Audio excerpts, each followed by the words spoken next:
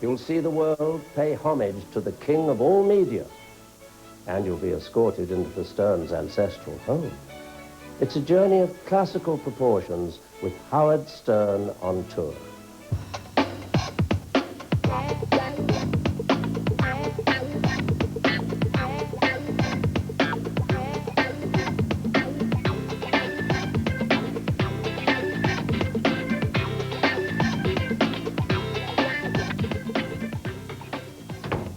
Hello, I'm Patrick Macnee. Welcome to Howard Stern on Tour, E's 60-minute odyssey with the king of all media. When we first started planning this show, we looked on it as a documentary on how to market a book. But then something truly amazing happened. Howard Stern's Private Parts book tour became a story that transcended mere entertainment. The hero of this story is an intensely private man who has become a roaring literary lion.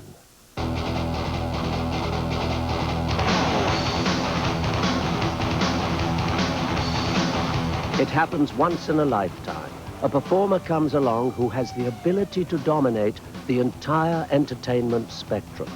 How is it that one visionary can excite radio audiences and television audiences and have time to be a great humanitarian?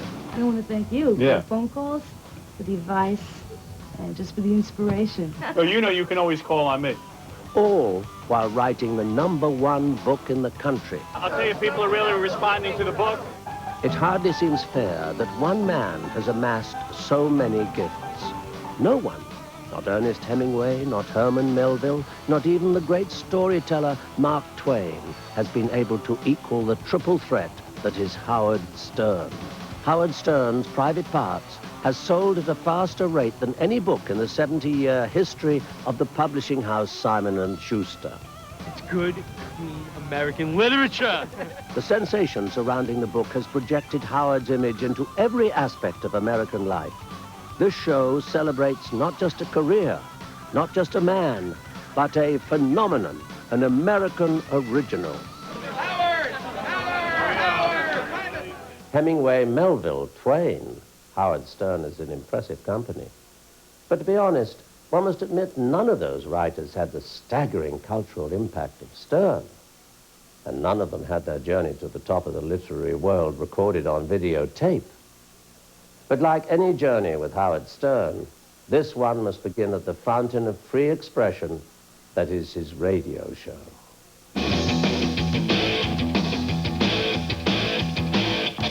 I get up at 5, about 4:45 in the morning. 10 to 5 in the morning, I get to his house. Anywhere between 5 and 5 after 5, he comes out. I take a shower the night before. I'm all set. I've packed my food up for the morning. You see, I'm constantly eating throughout the show. Then we race into the city because he's late. We talk for 5 minutes between his house and the expressway. When we get on the expressway, he meditates. I do transcendental meditation in the car for 20 minutes. See, a lot of people don't know that I meditate. We drive in, get to the city. I get on my little car phone, and I call upstairs. Somebody comes down to meet him. I get it to work at 5:30. I read some papers, I eat breakfast. 6 o'clock, I hit the air. We're back with the Howard. Damn right we're back. We're back, we're I back. was talking to David during the commercials about my book. Uh-huh. How difficult it was to write. I believe I've written the best book ever written. I swear to God. You know what they told me at Simon & Schuster? And they all hated me over at Simon & Schuster when I started. Yeah. That they actually loved the book. And that, I mean, I think this is the finest book ever written. Especially It's about a you. substantial it's the best book. book about you. No, not about me. It's a, Oh, just a substantial no, no. book Best ever. book ever. I think it is He's the... not You're talking about qualifying, For Whom the David. Bell Tolls. You're talking about The Great Gatsby. I mean, you're All talking... of those. Oh, yeah, well, I would I'm think telling so. you. I mean, I'm telling you, it's I a mean, really, yeah, it's I a would really think- good book. It's Yeah. the best book ever. Why do you Yeah. want him to qualify? I You didn't will like laugh. Tolstoy You will that much. laugh your ass off. You will laugh your ass off. Yeah. Dostoevsky wasn't that great when, you know, like people sit there and that go, hey, was you think boring. Dostoevsky was great? No, You should read Stern. The beauty of radio is that there are no cameras and people tend to forget that they're even doing any kind of broadcast. After a while, sometimes they forget they're on any kind of air and they lose themselves because we start talking so naturally. She's putting out a workout She tape? already has one else. Boo! 1 and 2 and get rid of the gobbler under your neck. You just get a guest in there and they forget what's going on. They forget there's an outside world. They forget the fact that anybody's listening in. I was on the canal, like Sea Goddess too, and sailing off of Italy, France, and all that this summer. Took a vacation. Right. So anyway, and you go there with your girlfriend, and she parades around in her little bathing suits, and all the old guys are like passing out. Yeah, that's about it. Yeah. You know, the normal. Old guys like me. Yeah, David's used to that. Yeah. Yeah, I'm used to guys passing out. Right. So now. And she parades around in her little thong and all that kind of Well, not the thong, but a bikini. I've had guests like we come out of a commercial. Happened to David Brenner today. We were in a commercial, and then he came out and he was talking to me like we were off the air. I said, Dave, we've been on the air for 5 minutes. You know, he didn't know. We'll be back right after these words. Oh. Man, I gotta tell you, man? it's friggin' hot in here, man. You look great. Thanks, thanks. When's the book Lost a little weight. When's the book coming out? I feel that this radio show is a reflection of real life. Don't people talk about just about everything in real life? You may not talk about it in every situation, but I sort of look at this as our private conversation that millions of people get to listen in on. Over in the other booth is Robin Quivers, far, far away, so she can prepare news. Howard and I started working this way in Washington. We had 2 separate studios. And now that I don't go away from the show at any time, that I'm constantly there, the only way I could possibly go through newspapers and filter through wire copy is if I have my own workspace. So it would be absolutely impossible for me to be in the studio and make the same mess that I work in here. So that's why we work in 2 separate places. Here's Gary relating one-on-one with me after the show, and Jackie will listen in, so in case he has something to add. Okay, The floor is yours, Gary. Here's your food right there. Thank you. First of all, I have a meeting Wednesday at 12:30. Howard Stern as a boss is great. I mean, he loves to ride me, but he's also, you know, he rides me like a horse. But no, but he really is good to me. He's good to me in ways off the air that he probably wouldn't want me to tell anybody or nobody would believe. But when push comes to shove, he's really one of my biggest supporters, one of my biggest fans, and I think he's great. Hey, let me show him around the office. Hold on to that thought, Gary. Just don't go anywhere. No problem. Here is our John Nagy. John Nagy. Remember, he was the original guy who taught me how to draw. And this is a wall. If you see over here, you got some camera equipment, but against the wall are drawings we do of Gary and our old producer, Dan Foreman. Just different cartoon drawings whenever we get in the mood. That's Jackie and Fred draw those with me.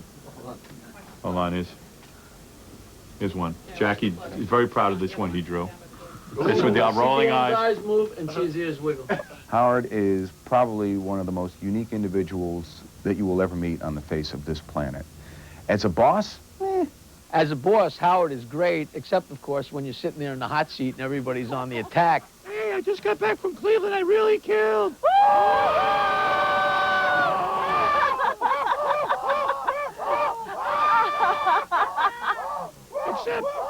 Except, Roberto Santiago gave me a bad review. Howard's a great guy, really is. He's always cool with me. I'm quitting on Monday. No. Just kidding. End the show, we hug.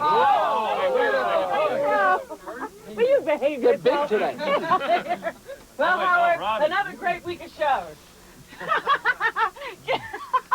Will you stop? That's the whole concept behind the show. Buddy atmosphere, locker room talk, bunch of guys hanging out, having a good time, talking about whatever's on their minds. Very natural. Have a lot of fun with it. Talk like normal people. You don't have to have a big, dumb radio voice to do radio. Our most articulate literary giant strides like a colossus across the world of talk shows. And the #1 best-selling author shares his wisdom with chosen celebrities when E's exclusive behind-the-scenes journey with Howard Stern on tour continues. Well, can I have one? Can you have one? Yes. Do you have $23? Welcome back to Howard Stern on tour. I'm Patrick Macnee. Stern launched his quest to rule the world of media by conquering radio, but critics claimed television was beyond his grasp. Howard proved them wrong with his highly rated interview show here on E! The E! Show is often shot in New York, but when Howard flies to the West Coast to negotiate with movie studios, he conducts his interviews in E!'s LA headquarters. And he brings plenty of books with him.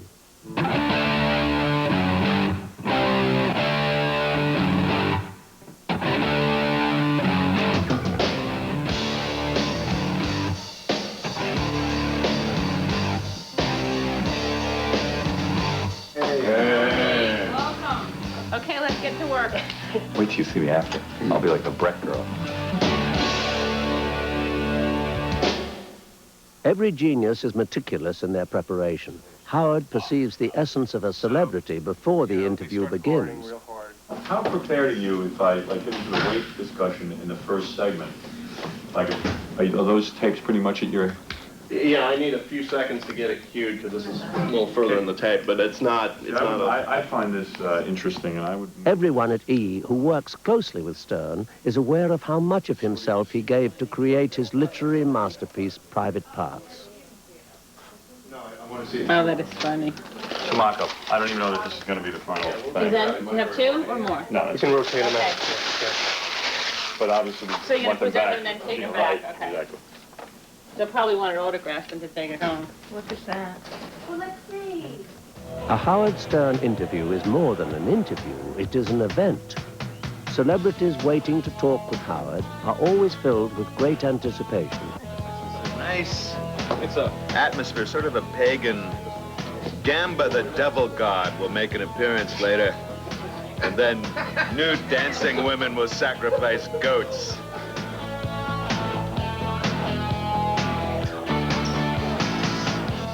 God, why do I feel like I'm about to be hung? I don't want to miss a single moment. When the moment arrives, Howard enters his domain with the regal authority of a Shakespearean hero. 10 seconds. It's good to see you. Here we go. Stand by. 5 seconds. 4, 3, 2. Roll 7. Hand up on the sound. Stand by camera 2 with your move. Stand by their mic. Stand by Adam, Laws, and John.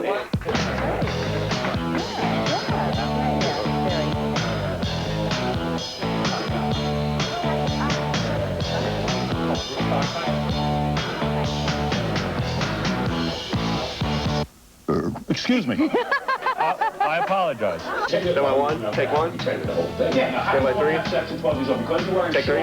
Stand by 1. Take 1.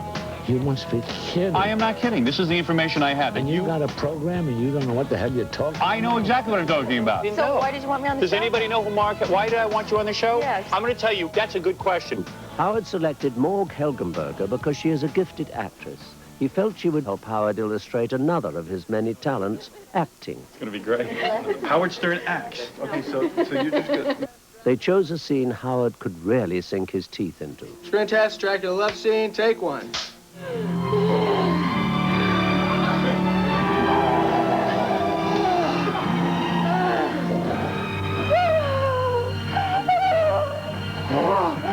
Amina. Allah, greet and join me in eternal love. Howard's thespian talents are significant, but overshadowed by the magnitude of his autobiographical achievement. Where is my book? I want to show. I want to put the show. Well, look at this. I do it all. I have my new book, Howard Stern's Private Parts. Did you read this yet? No. Well, I'd like to present you with a copy. And look at that. And there I am on the back, the author relaxing at home, as you can see. All right. In your bookstores now. And as you can see, I've gotten in shape for the cover, have I not? You lost weight. I lost 25 pounds. I've been working out with a trainer just for this particular shoot. Now I can go back to being a fat slob. It is a very good read. It is a bestseller. Well, can I have one? Can you have one? Yes. Do you have $23? And that's really what this show is all about, me getting to plug my own book. Yeah. That was fun. We got it? Yeah, we did. Thank you, brother. Did you have fun? Yeah. All right. Sure did. Good evening, ladies and gentlemen. Welcome to our show. There's another show going on in the It's a great hall. pleasure to be here today in this lovely toilet with my very dear friend and enemy. There he goes. Thanks, Stay Uncle on- Milty. I'll see you. Stay on the king, please. He's not the king. I'm the king. I'm the queen. He's the king. A party for the world's greatest author turns into a coronation for the king of all media. And the pop of flashbulbs signal a new conquest as Howard Stern on tour continues.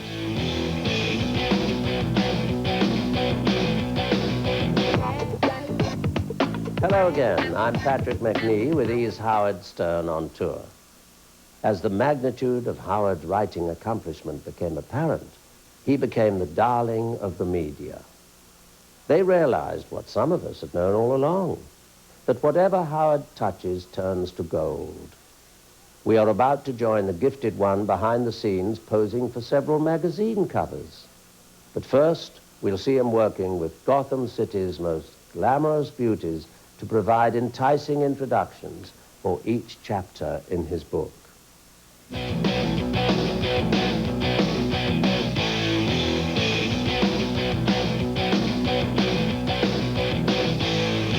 He is the king of all media, and he deserves this kind of publicity because, I mean, he's great. He keeps so many people entertained every day, driving to work, and he deserves this. He deserves this kind of success. Writing a book is only half the task. Howard also strives to make sure word about private parts gets out to his fans. Knowing that he would become more than a voice on the radio, Howard has worked with rocker Dee Snider to improve his appearance. Watch as he prepares to pose for Entertainment Weekly. When Dee Snider met me back in my NBC days, I was doing a Letterman shot. When I first met Howard, I actually hadn't really heard of him. He came to me and he met me for the first time and he goes, "Whoa, what a disappointment. You know, you're such a wild man. How come you don't look wild?" I was so stunned to see this guy, just T-shirt, maybe corduroy, I don't know, pair of sneakers, a little tiny afro, mustache, little glasses. He says, "Man, you should grow your hair long again." I said, "Yeah, you're right. I don't know why I ever cut it." And now I have to suffer having people say to me, "Gee, you know, you look like a blonde Howard Stern." That's cool, just like that. Howard has mastered all communication, including posing. He moves from Entertainment Weekly to a shoot with Details magazine. Details kind of guy. Are you ready? Very detailed. Howard seems to have more drive than most people, and whether at a photo shoot or back at the nerve center of his empire, Howard is always in charge. 92.3 K-Rock. We're back. Yeah, baby. Now we're rocking. All right, Robin, now it's getting very packed in here. We have camera crews from CNN, E! Entertainment. We have the reporter, of course, from CNN. He has the ability to repulse people, and he also has a genuine, terrific sense of humor. Most people have heard of me. They've heard about some guy who keeps getting fined by the United States government for being a dirty, filthy disc jockey. And that's all they know about me. And I think that they'll read this book and they'll learn something that I think is true, that I am a dirty little filthy disc jockey, and they will enjoy it.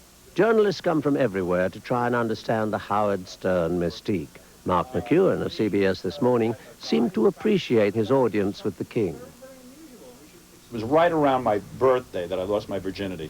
It's all in the book. I know it. I lost my virginity in water. Well, almost. Was it a pool? Sort of. I didn't really, actually lost it in my parents' house. But So did I. it almost happened in the water. You have to read about it. It's very brutally honest. It's disgusting. You'll feel good about your own life when you read about my miserable life. Howard, thank you. All right, thanks. I've known Howard for a long time. And Howard's an okay guy. Time is a precious commodity for the world's most popular author. He grants another in a series of interviews as he speeds towards his parents' house. We're on the way to Long Island. With my parents' house we're going today. Right. Because, well, what can I tell you about it? Where they live now is a lily-white community, pretty much. And this is the community they moved to out of Roosevelt that I finally convinced them to move to. Mm-hmm. Hi, guys. Hey, Howard. Hey, what's happening? What's happening? All right. What? What? They might want you. NBC might, hi, sweetie. Hi. NBC might want you. Isn't that nice? Good to see you. Good to see you. You handsome devil. Oh, look at that. Don't start with me, Howard. Why couldn't I look like that? Don't start with me. Bet my sister wants to meet you. Yeah. Yeah, I'm hiding behind you. Very lovely. Come here, Father. Give me a kiss. On camera. On camera. The Stern men are not afraid to kiss. How are you? Being interviewed by a good-looking guy like Stone Phillips. He's had the world handed to him on a silver platter because he's so handsome. Is he as beautiful as I am yet? Look at you. Look Get him there, get him there. Look what we're both eating, Look what I have to go through to look halfway as good as you. Here we are. All right. So many cameras. We didn't wait for you, Howard. We had such a beautiful meal. Howard, you're interrupting our good meal. Wow, this is great. I will unabashedly say that I enjoy listening to Howard. I think he's incredibly funny. I think he's very personable and engaging, and I like him. There is so much to know about this creative genius and so little time. Howard graciously agrees to continue the interview on another day. We're at Radio Waves. We're going to do an interview with Stone Phillips. I've only talked to him for 100 hours. No, 100 more. No, 100 more. And the story already, I can tell you exactly what it's going to be. Well, it's just going to be about the FCC. The demand for autographed books never stops. Autographed copies have been resold for thousands of dollars. Good Tim, don't ruin me. Thanks, man. This is it. Parting is such sweet sorrow. But we got to do it. I hope we will cross paths. Yeah, I hope so, too. That was fun. Thanks. Thanks a lot, Stone. I enjoyed it. You'll meet the creators of this multifaceted genius. And America's hero will exchange verbal slings and arrows with other media icons when we rejoin our exclusive behind-the-scenes journey with Howard Stern on tour. Hit #1 on the New York Times bestseller list in its first week of publication. Interviews are conducted with Time Magazine, People, Associated Press, and Donahue. And now, we're going to join Howard as he storms the set of Geraldo and Joan Rivers.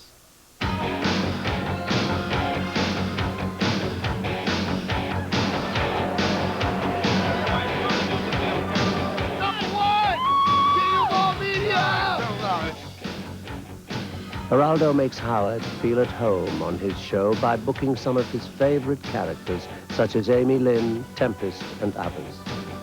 Let's try to keep it clear back here. Stand by, Howard. Howard's turn.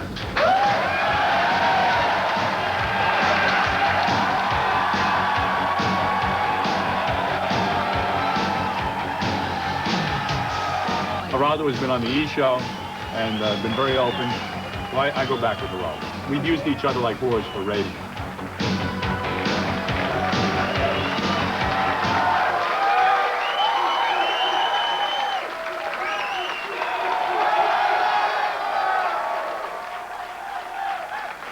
I met Howard June of '90 when I was cover girl in Centerfold for Penthouse. I was going on the show to promote my book with a friend of mine, young MC. He brought me on.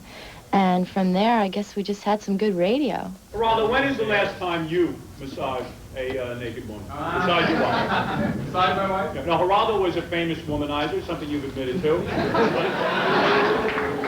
Geraldo, we tell this is not the Donahue show. I'm going into recovery now. I thought it was very good. I think Geraldo's a fan. I think Geraldo did a real good job with it. I think they did a lot of work producing the thing, getting all those people there. I liked it. I thought it was good. One more. Appreciate everything. All right, same here. Stern can't rest after his triumph on Geraldo. An appearance by Howard Stern can propel a show's ratings into the stratosphere. So everyone lusts for a visit from America's most beloved author, including Stern's old friend, Joan Rivers.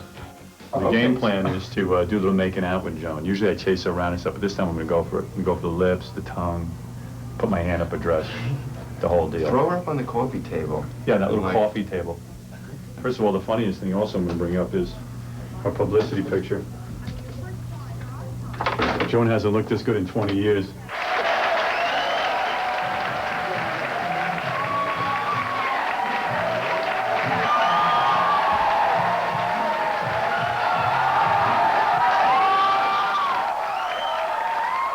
She likes me because I think she finds me funny. She likes the fact that I'm quick and spontaneous, she told me. She's told me this. And also because a lot of people like me and I send her ratings up through the roof. How did I look on the cover of my book? Very, very, very. And you're not attracted to that? You don't want to make love to me. I mean, I like Joan because she does my show. She has a great sense of humor. I like him because of his energy, because he'll say anything, because he'll do anything, he'll go with the show. He's incredible. He's a wonderful.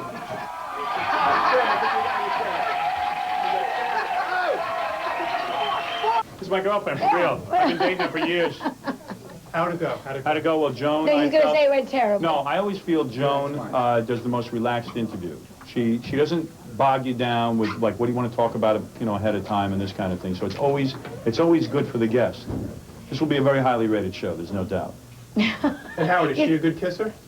You want to know something? She wasn't bad, but she really held back. She really didn't put out. And I don't see why. I don't even get why. I'll save for the Motel 6. I happen to be the #1 best-selling author in the country. There were women dying to kiss me. I know. It started with Zsa Zsa Gabor. No, but you really do. You are put off by me. I don't care. I'm never kissing you again.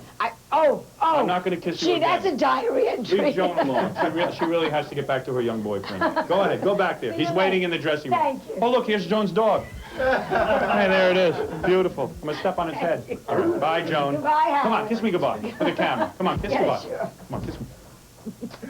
Goodbye, Howard. All right, baby. Goodbye. All right. Joan Rivers there. Hey. Still ahead, you'll see rare footage of the literary genius as a playful youngster. And the near riot on the streets of Manhattan when Howard does a record-breaking book signing.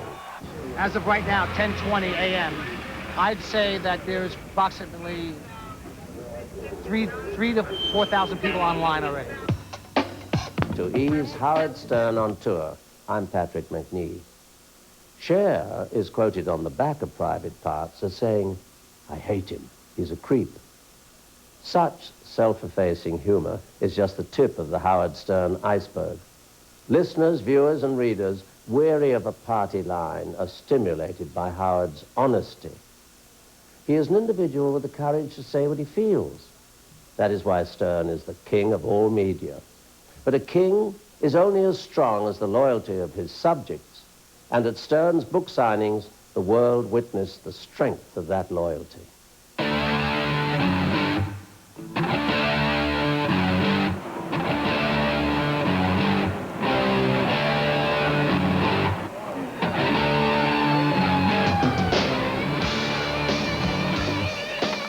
Baba Booey giving me reports on outside Barnes & Noble where we'll be appearing. Says it's a party already. All right. People dancing in the Gee, street. I wish I was there. Girls ripping their tops off. I want to, yeah, let's get over there. I might get over there early.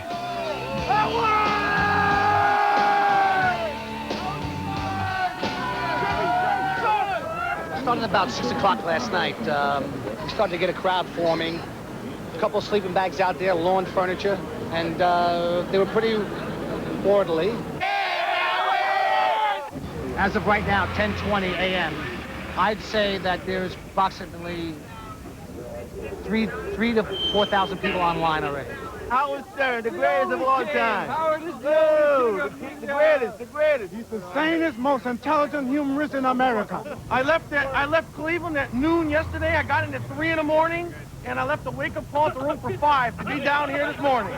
I'm supposed to be at work today, and I took the day off. It's good, clean American literature.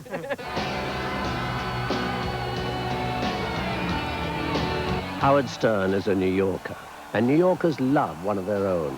But the last time the Big Apple made such a fuss was when John Lennon, Paul McCartney, George Harrison, and Ringo Starr brought their British band to Shea Stadium.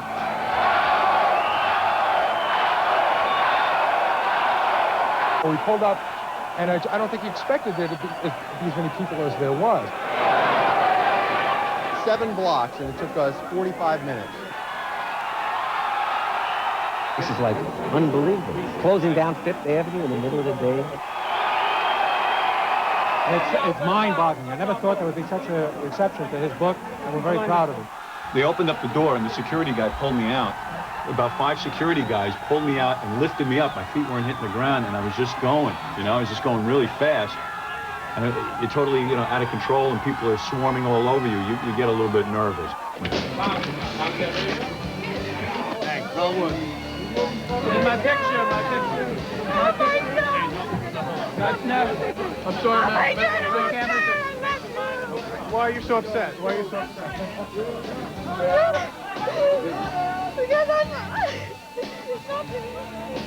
Shut up and sit down. I feel good. Seems like a lot of people really enjoy the book. Thanks. They enjoy the radio show. And feels good. Howard Stern. I love you. Bye. Believe it or not, the Stern mania Howard experienced in New York was exceeded in Philadelphia. The city of brotherly love turned the king of all media's book signing party into a very wild scene.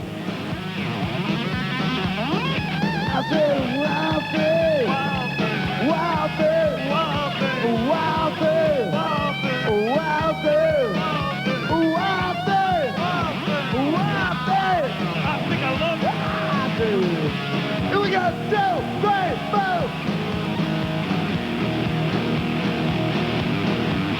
2, 3, 4, Howard! We all have one thing in common. We're all here for Howard. That's the reason why we're here. And Howard Stern is the king of media, and we call him the king of media because he really is the king of media.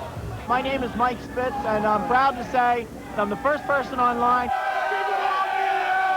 Has this ever happened to you before? Being swamped as big as this? Not to this magnitude, no. And certainly not at this store. It's like the Beatles. I feel like Ringo. I don't think anybody is a bigger Howard Stern fan than fans here in Philadelphia. We love him. I was around the corner, and they told me Howard was here signing books, and I came over. It's pandemonium. Enough on stage. Jay Leno is here. Howard just came in. So, You know, that's the beauty of radio. You can see the pandemonium. How do you like this reception? It's almost as big as the Phillies. I'll tell you something. I feel great about it. And I'll tell you, people are really responding to the book. They, you know, when you sit in your basement, you're writing this thing, you wonder if people are going to find it funny, and everybody's responding really well to it. And they're getting a laugh a page, so I feel real good about it. And judging by the crowd, people are eating up the book, and that's great. It makes you feel real good. Philly has really embraced the show, as you know, and they've embraced the book. I mean, whenever I come to Philly, Philly's my highest-rated town. Whoa, what a rock! I want to thank Dean, the band Widowmaker, for coming out today. They just volunteered their services today to come out and entertain you. When I met Howard, I was king of the world, and Howard was really just recovering from being fired from NBC. And we became very good friends, and we stayed friends.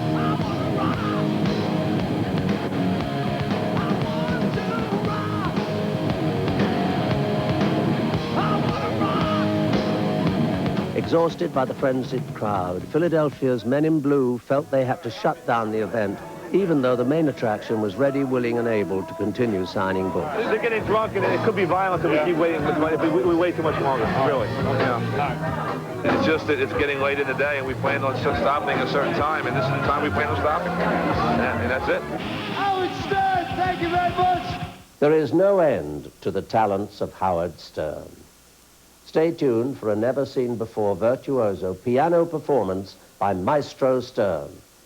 And you'll also meet the woman who fell in love with the brilliance in Howard before he was famous. Onions, spices, pizza with everything on it. It works internally, so there's no more offensive breath. You should listen to what other people are saying. My breath had always been so offensive. It was like, wow, did you just brush your teeth? No, I didn't. I found my miracle product. As a dentist, I recommend Breath Assure to my patients because it's important for them to have clean breath. I was eating a lot of garlic and onions. It got so bad, I couldn't sit across the desk from her, and I said, we're making the call. Banish bad breath. Be confident, be sure. Get Breath Assure. Get 3 long-lasting packs of Breath Assure plus a 4th pack free, only with this special TV offer. That's 200 Breath Assure capsules for just $19.95. Order now, 800-638-9600. That's 800-638-9600. I'm Patrick Macnee. Welcome back to Howard Stern on Tour. In his masterpiece, Private Parts, Mr. Stern is typically frank about his life growing up. But now we have an opportunity to learn even more about how the author was nurtured, grew, and blossomed into the genius we know today. I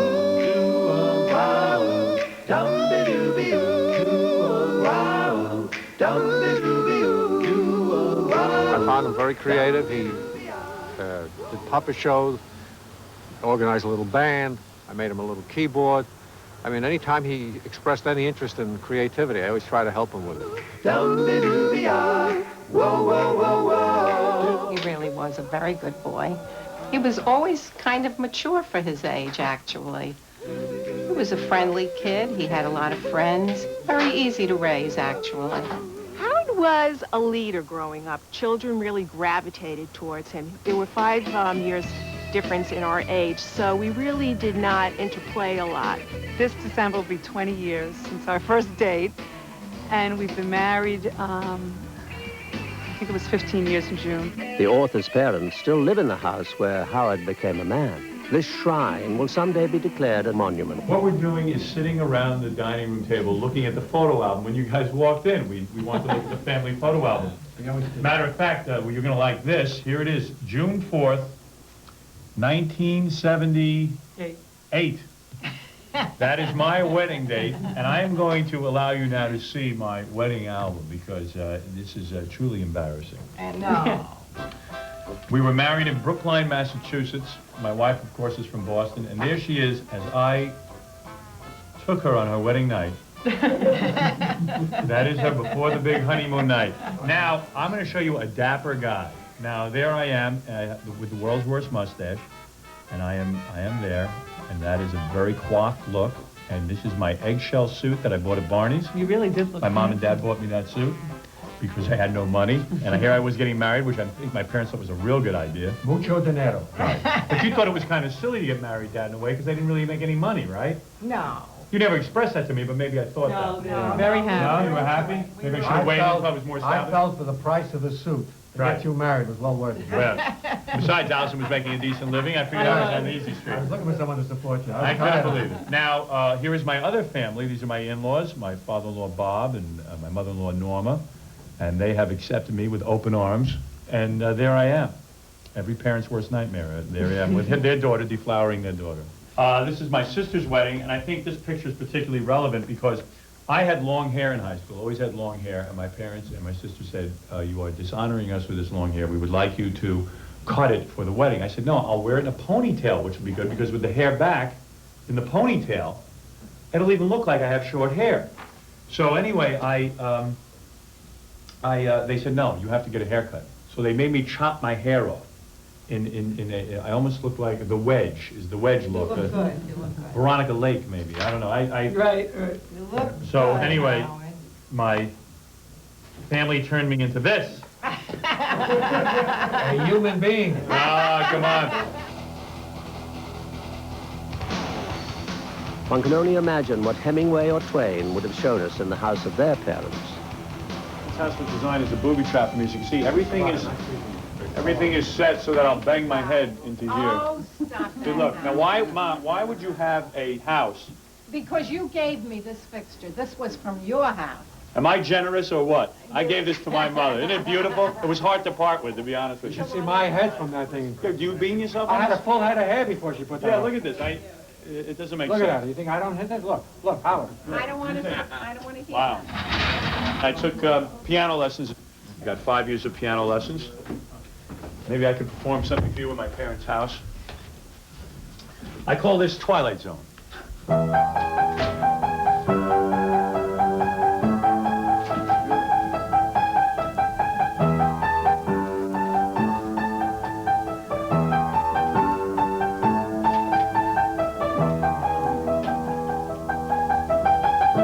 And it all goes on and on and on. I'm so proud of him when he plays that. Yeah, how many years did I take lessons? I think I spent, was it $15,000 on piano lessons? Yeah, 5 years I took piano And lessons. it's very nice, and I'm very proud of him. Listen.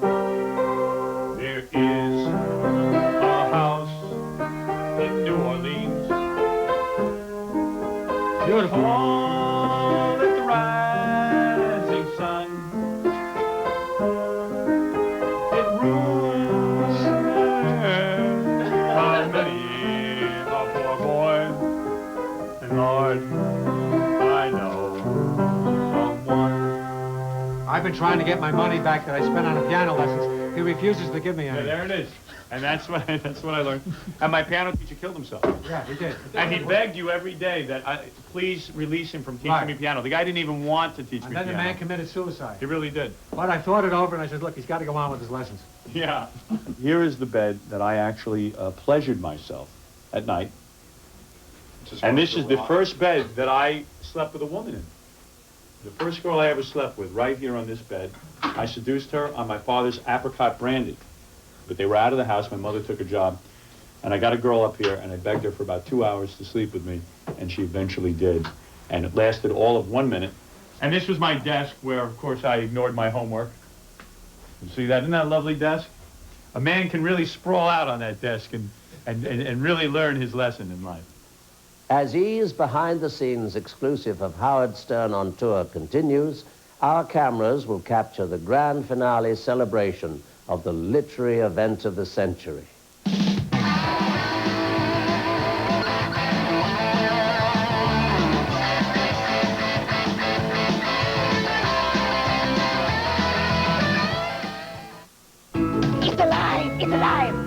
can't get enough of daytime drama. I need my soap fit. It's time to turn to Pure Soap. Assume the position. Join hosts Shelley Taylor Morgan and Michael Logan for E's live call-in show. It's all about soaps. Pure Soap. So if you want to hear more And talk more about all your favorite stories, call us when we're on the air. It's the perfect show for all you soap fans. Sign me up! Pure Soap, live Monday through Friday, 4 Eastern and 1 Pacific, only on E! Take it away. This behind-the-scenes fact is brought to you by Dristan. 30s child movie star Shirley Temple received an astonishing 135,000 gifts on her 8th birthday. Watch how fast Dristan nasal spray works. What do you smell? I smelled something. I don't know what it was. My nose is very clogged up. I'd like something to clear up that nose. Use Dristan 12-hour nasal spray. It works fast. Now smell. That's an orange. I can breathe now. Dristan nasal spray worked fast. Dristan nasal spray. Fast, effective relief. And to treat your cold and flu symptoms, there's a Dristan product that's right for you. Dristan. Are you going to shoot me? Kevin Costner. Hell no. Me and you are friends. He just broke out of jail. You got no problem if I handle this? Clint Eastwood. He has to bring him back. This is not a penal escape situation. This happens to be a manhunt. You're not bad, are you, Butch? Oh, yeah. Sometimes good men break the law. Sometimes lawmen break the rules. A Perfect World, directed by Clint Eastwood, rated PG-13. Starts November 24th everywhere.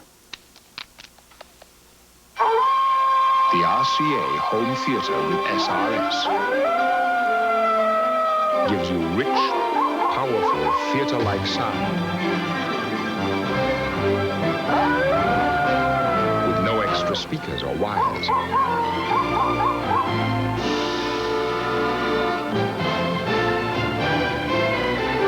When there's one in the neighborhood, you'll know it. Explore your world.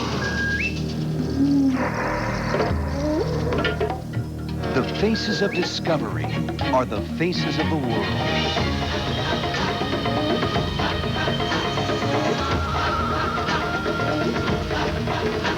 When you set your sights on the fascination of real-world entertainment, find yourself here.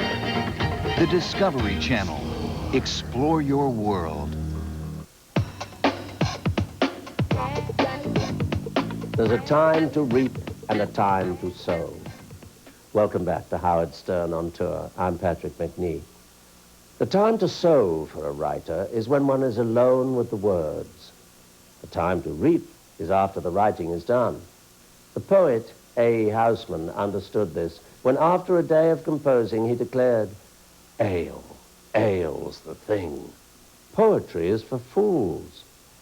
Every accomplished writer deserves a party, none more so than Howard Stern.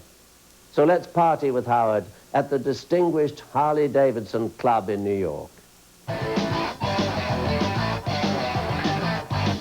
Have your invitations out, please? You know which way you're coming up? Over? The line, sir. I'm over here 1 second, Joey. Hey, Joey.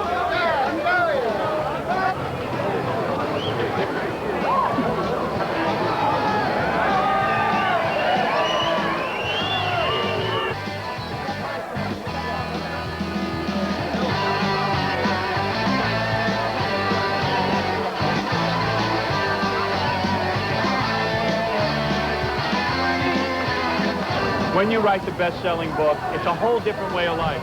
People carry me wherever I go. Beautiful women follow me around. Even my wife can't believe the attention that I receive. See you guys.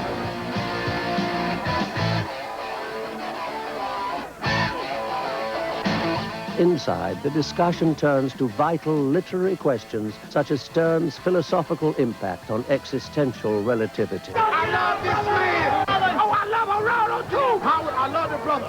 Because, like I said, he's a shock jock. He's weird, he's wild, and everybody love it. I love it, because I'm a weird guy. Can you dig it? Howard, Howard. He is. He's a very attractive man.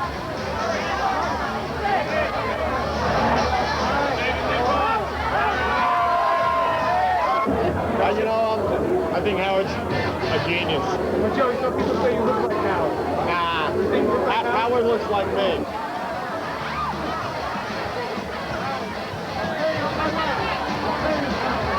obviously there are a lot of closet Howard Stern fans. And they love this guy in a